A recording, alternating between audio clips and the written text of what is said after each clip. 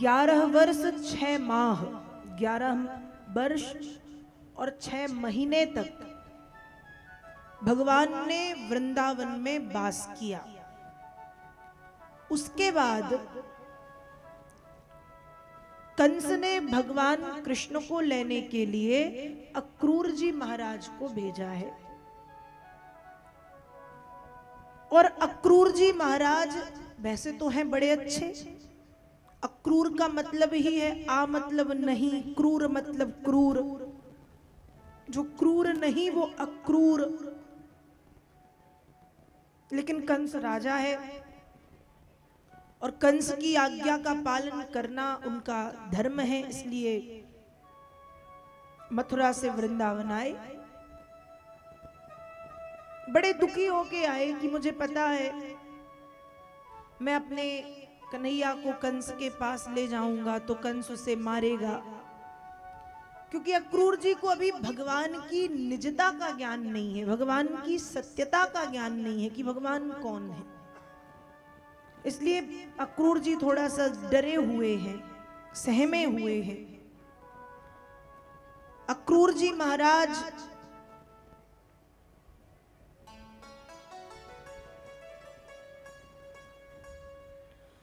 वृंदावन पहुंचे।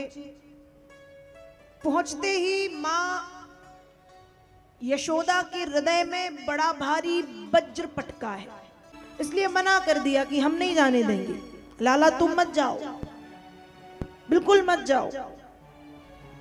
पर भगवान ने मैया बाबा सभी की बुद्धि को भ्रम में डाला। सब सोच विचार में डूब गए कि कन्हैया को हम जाने दें या ना जाने दें।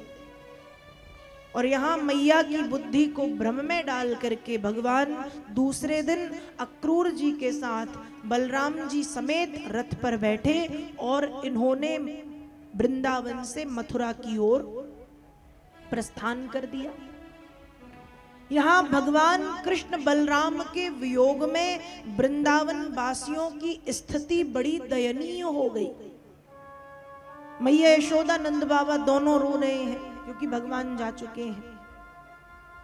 दोनों रुदन कर रहे हैं, विलाप कर रहे हैं, करुण क्रंदन कर रहे हैं।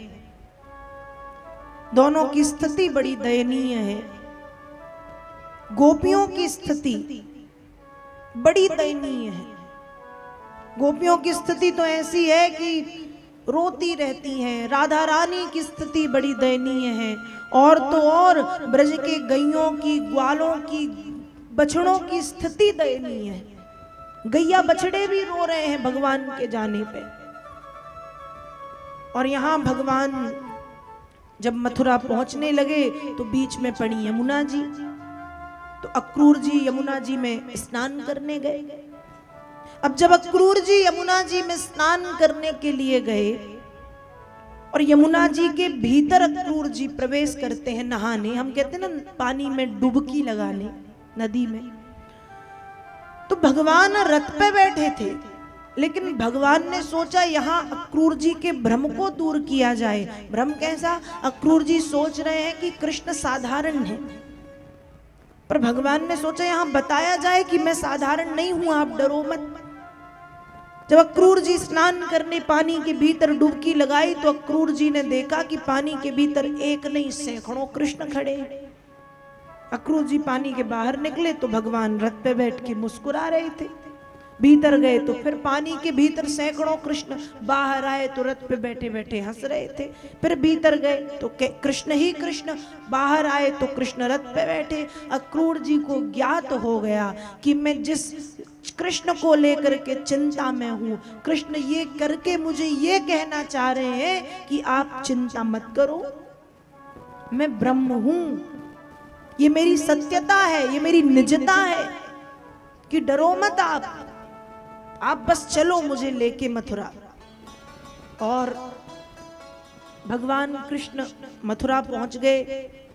कंस को मारने के 5 दिन हैं।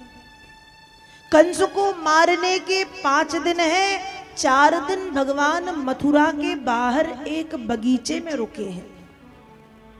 फिर 5वें दिन भगवान वहां से चले।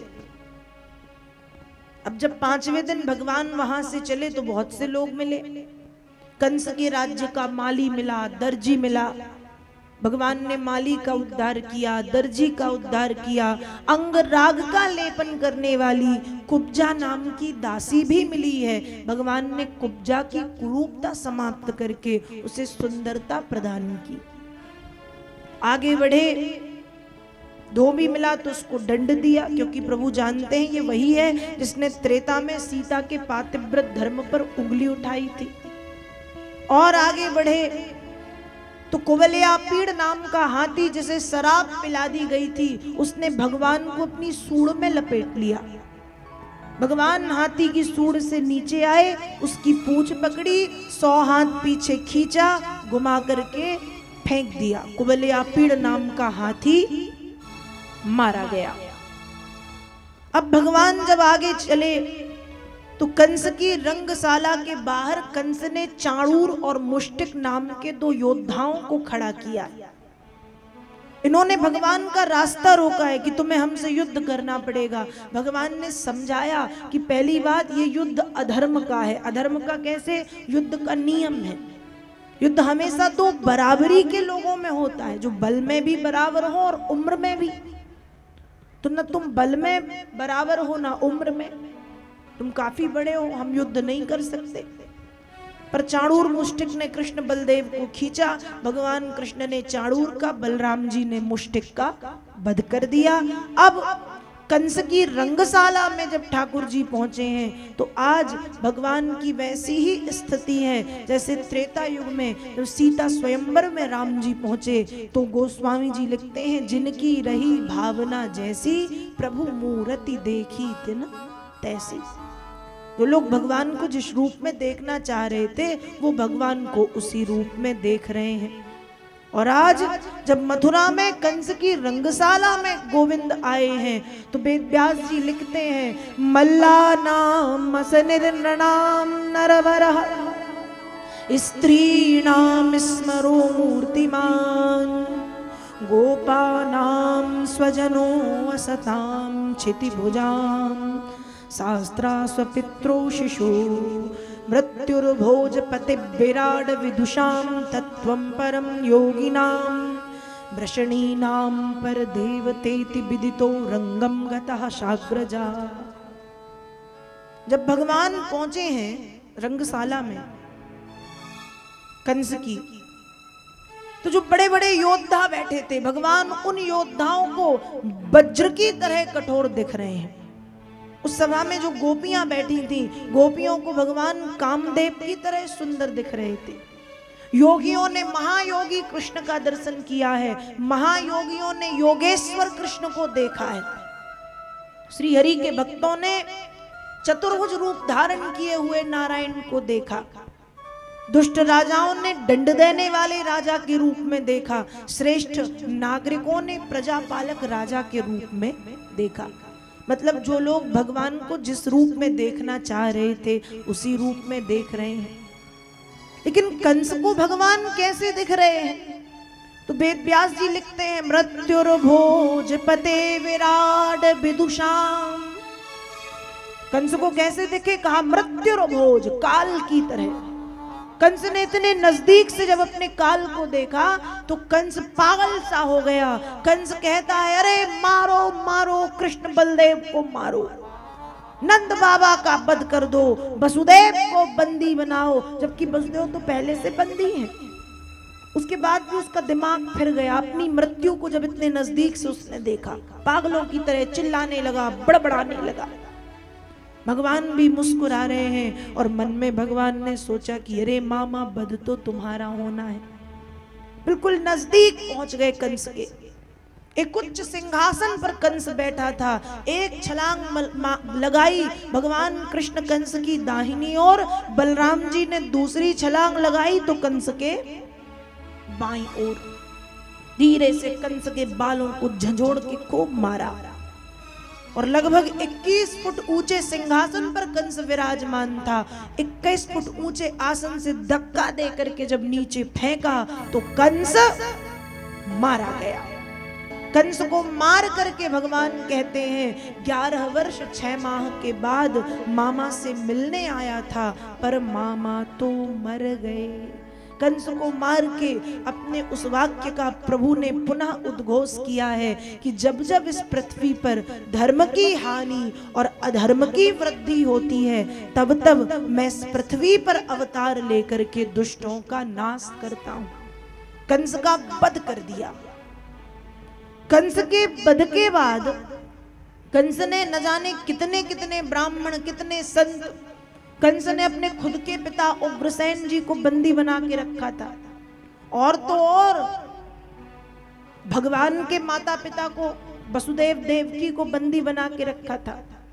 तब भगवान पहुंचे हैं, सभी ब्राह्मणों की, साधु संतों की, राजाओं की मुक्ति कराई, उग्रसेन जी महाराज को मुक्त किया, देवकी वसुदेव अपने माता पिता को भी भगवान ने मुक्त कराया है।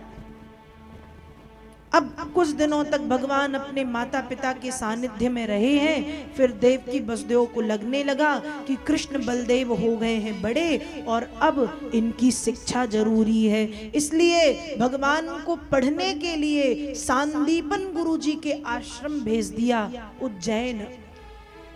सांदीपन गुरुजी के आश्रम उज्जैन पहुंच करके भगवान ने 64 दिनों में, बड़े कम दिनों में शास्त्र एवं शस्त्र विद्या ग्रहण की। 64 दिनों में शास्त्र और शस्त्र विद्या से गोविंद निपुण हो गए। शिक्षा ग्रहण करके जब भगवान वापस आए हैं तो मथुरा का राज्यभार भगवान ने संभाला।